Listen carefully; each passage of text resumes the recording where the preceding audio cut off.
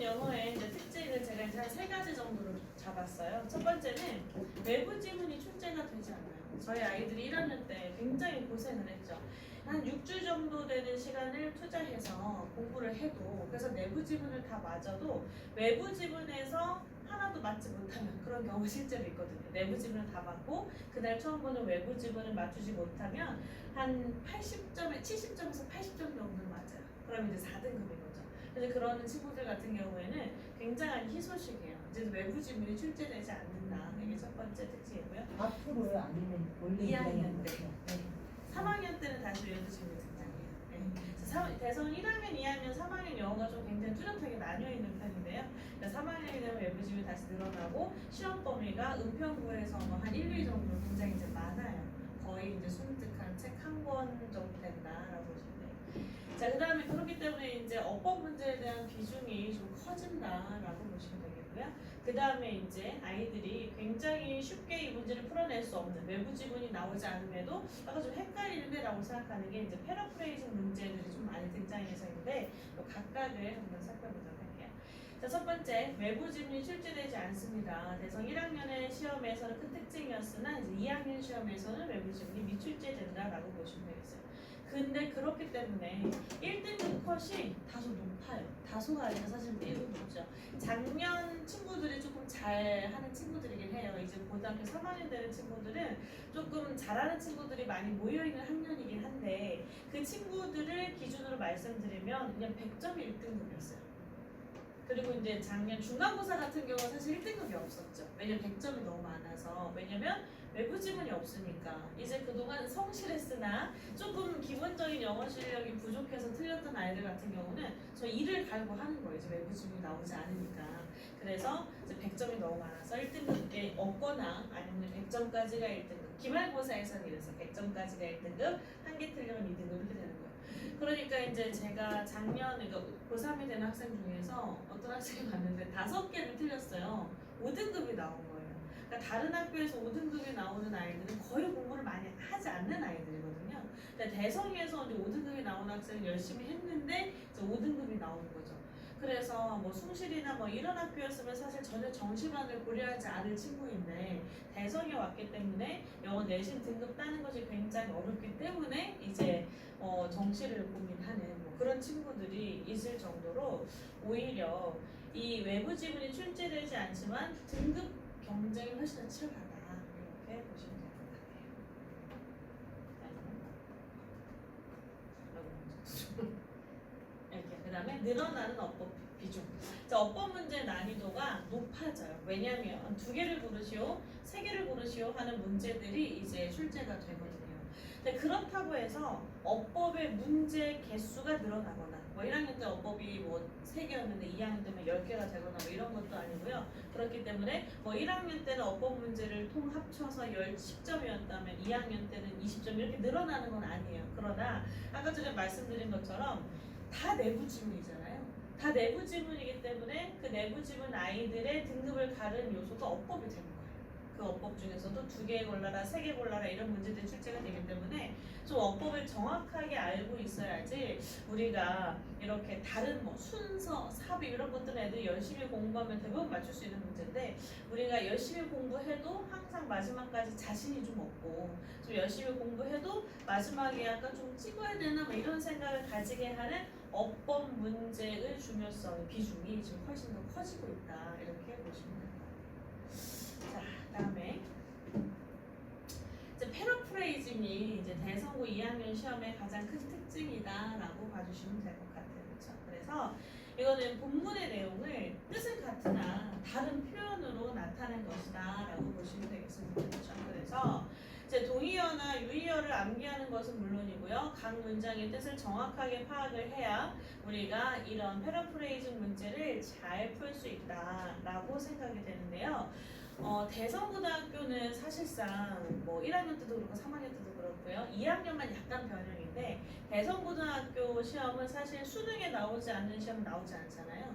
항상 수능을 기반으로 시험들이 출제가 되는데 올해 이제 수능 시험이 영어가 4.8%지 1등급이. 수능에서 영어가 엄청 어려워져가지고 고대는 뭐 의대가 8명이 미달이 나고 서울교대 같은 경우는 80몇 %가 등록을 못하고 왜냐면 다 영어에서 1등급을 찍을 줄 알았는데 영어 갑자기 막 3등급으로 내려가고 뭐 완전 잘하던 애들도 막 2등급으로 내려가고 그렇게 이제 수능 영어가 좀 많이 까다로워졌기 때문에 이제 그런 현상이 나타난 것 같아요.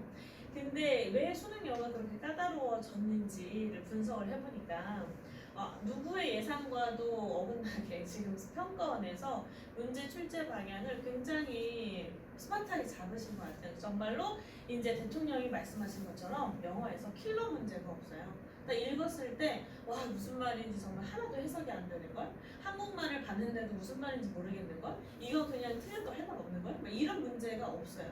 다 읽으면 할만한데 내가 조금 더 노력을 해보면 풀 수 있을 것 같은데 라고 생각이 되나 이게 보기항으로 가면 보기항에서 1번도 답인 것 같고 3번도 답인 것 같고 5번도 답인 것 같고 막 고민하다가 시간이 돼서 하나를 찍으면 그게 틀리는 이제 그러한 유형의 문제들이 굉장히 많이 늘어났거든요. 그래서 정말 이제 대통령이 말씀하신 대로 킬러 문제는 없고 변별력이 높아지는 시험이 됐어요. 수능 영어가 앞으로도 계속해서 그런 식으로 출제가 되지 않을까라고 생각을 합니다. 자, 그러한 수능 영어의 출제 경향을 가장 잘 반영하는 게 대성고등학교죠, 사실은. 그래서 대성고등학교는 뭐 그해 나왔던 수능, 예를 들어서 뭐 작년 같은 경우에는 뭐 아무도 주목하지 않았었던 저희 그 영어에서 뭐 굉장히 그 절대 답으로 이렇게 체크가 되지 않은 제기대명사가 갑자기 수능에서 정답으로 나왔어요. 그러면은 그 다음 해, 그러니까 올해에 2학년 아이들의 어법 시험에 그런 게 나와요. 그러니까 수능의 경향을 사실 굉장히 빠르게 잘 반영하는 학교가 대성고등학교죠. 그렇기 때문에 이 패러프레이징 문제가 훨씬 더 어렵게 출제되지 않을까라는 생각을 하는 거예요. 그래서 똑같은 내용이지만 본문에 나와 있는 것과 똑같은 내용이지만 즉 내가 학교에서 학원에서 선생님이랑 했었던 수업과 같은 내용이지만 그걸 갖다가 표현을 바꿔서 이렇게 출제를 했을 때 아이들이 좀 보기양에서 좀 많이 헷갈리는 그런 유형이 좀 등장하지 않을까 이런 생각을 제가 하고 있습니다.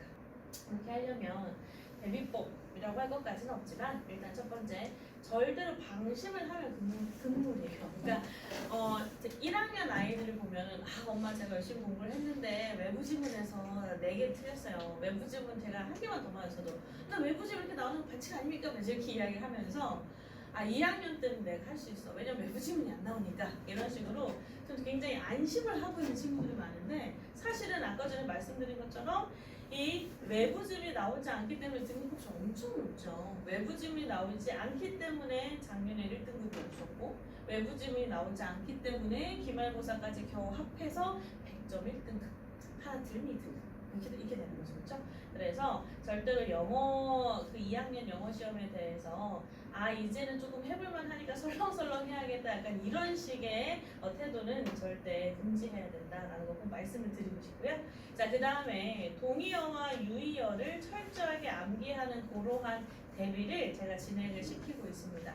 그래서 아까 전에 말씀드린 것처럼 뭐 other than이라던가 exclusive가 서로 비슷한 뜻이라는 것을 알고 있어야지 우리가 보기하고 정확하게 해석을 할 수가 있거든요. 그래서 제가 지금 이렇게 파일 첨부를 못 해드렸지만 이 내신 대비 들어가기에 조금 앞서서 내신 대비를 저희가 이제 3월 첫째 주부터 들어가는데 그래서 2월 한 둘째 주 정도부터 이제 각 시험 범위에 대해서 제가 동의어를 쫙 정리해서 학생들에게 나눠줘요. 중간고사 보기 전에 중간고사 보는 그 연도에 그 해당 지문에 나오는 주요 단어를 골라서 그 단어와 똑같은 뜻 아니면 비슷한 뜻을 가지고 있는 그런 단어들을 제가 이제 정리를 해놓은 게 있겠죠. 몇 년을 대성을 했으니까. 그래서 이제 그것들을 이제 아이들에게 나눠줘서 동의어와 유의어를 제가 좀 철저하게 암기시키고 이제 시험을 보는 그러한 수업을 준비하고 있다라고 보시면 되겠고요.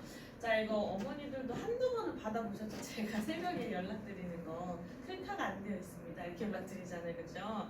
아침에 뭐 확인해 주십시오. 이런 거 연락드리잖아요. 그러니까 그렇게 이제 제가 연락을 드리면 사실 많은 학부모님들께서는 알겠습니다 이렇게 말씀을 해주세요. 근데 사실상 그거에 대한 정확한 체킹이 이루어지는 것은 힘들긴 하죠. 근데 저는 아이들을 이제 일주일에 2번을 만나기 때문에 이제 어머님들께 나머지를 제가 좀 부탁을 드리는데 제가 이렇게 부탁을 드리면 또 엄청 해주시는 분들이 계세요. 그래서 이 저희 뭐 또 다른 학교긴 하지만 동명여고 친구긴 하지만 너무 등급이 안 나와요. 한 영어 모의고사를 보면 6등급이 나오는 거죠. 그럼 이제 그 아이는 100% 단어가 문제잖아요. 단어만 잘 되면은 애가 좀 자신감을 가질 수 있을 것 같은데 근데 클래스 카드가 잘 안 되고 그래서 어머니에게 자, 이 아이에게 단어 좀 해주세요. 이렇게 문자 보내면 너무 약간 감동적으로 단어 체킹을 해주시는 분들도 사실은 계시더라고요. 그래서 너 요즘 단어 어떻게 공부하고 있어? 그럼 엄마랑 매일 앉아서 1시간을 해요. 1시간 동안 단어 시험을 봐? 아니 그건 아니고 단어 시험을 20분 보고 뭐 무슨 책을 또 같이 읽고 뭐 이런 걸 해가지고 이제 어머니께서 확인을 해주시는 경우가 있더라고요. 그래서 저 정말 감사합니다 라는 마음을 담아서 제가 그 단어장 다음 단계 단어장을 제가 선물로 드렸어요. 그러면 더 열심히 챙겨주시더라고요. 그 아이가 모의고사 2등급이 올랐어요. 대단하죠. 6등급에서 시작한 아이는 사실은 단어를 혼자서 매일매일 꾸준하게 할 수가 없는 친구인데 그렇게 가정에서의 도움이 있으니까 모의고사 등급이 실제 올라가더라고요. 그래서 이제 엄청 신나가지고 아이가 저에게 와서 이렇게 이야기를 하는데 그만큼 약간 가정에서 단어 시험을 잘 봤니 이렇게 체킹해 주시는 게 사실은 좀 굉장히 중요하다라는 걸 말씀드리고 싶고요. 자, 그 다음에 세 번째는요. 문맥상의 의미를 분명하게 학습을 해야 되는데 그게 이게 전체 글에서 무슨 뜻인지를 알아야 되는데 그러려면은 이 하나의 문장에 대한 정확한 구문 분석이 필요해요. 그래서 그 정확한 구문 분석을 위해서는요 제가 이렇게 아이들에게 1350 워크북을 나눠주고 아이들이 이제 하루에 3문장씩 문장을 이렇게 쓴 다음에 저한테 와서 첨삭을 받는 그러한 과제가 있어요. 그래서 그러한 과제를 열심히 이제 진행을 하면서 정확하게 해석하는 거. 거기다 보면 제가 뭐 이제 여러 가지 말을 써놓거든요. 뭐 글씨가 이게 뭐냐 뭐 이런 말도 쓰고 여기에서는 이게 이거니까 이런 뜻이 그다음에 이 문장을 해석하기 위해서 반드시 알아야 되는 문법 사항 같은 것들 이런 것들을 이제 제가 그때 써주는데 저도 이제 가르치는 친구들이 좀 많고 하기 때문에 이거 대충 해오는 애들에게 있어서 저도 첨삭이 그냥 단순하게 나가요. 굿 그냥 이렇게 써주거든요. 근데 정말 열심히 하는 애들 보이거든요. 열심히 위에 위어도 찾아오고 그 다음에 좀 꼼수라고 해서 뭐 한 5단어, 6단어로 이루어져 있는 문장을 써오는 애들이 있어요. 왜냐면 3개를 채워야 되니까 짧은 문장을 막 쓰는 애들이 있어요. 그럼 옆에 굿 이렇게 적어줍니다. 근데 정말로 내가 많이 고심하다가 어렵게 느껴지는 문장 같은 거 써오는 친구들에게 저도 첨삭이 정성스럽게 들어갈 수밖에 없긴 하더라고요. 그렇죠? 그래서 어머님께서는 집에서 약간 아이가 단어 학습을 좀 잘하고 있는가 그 다음에 1350 워크북을 통해서 구문 숙제를 다 한 게 맞는지 약간 이런 숙제를 좀 챙겨주시면 조금 더 이렇게 탄력적으로 활력 있게 이루어지지 않을까 학습이 이런 생각을 하고 있습니다.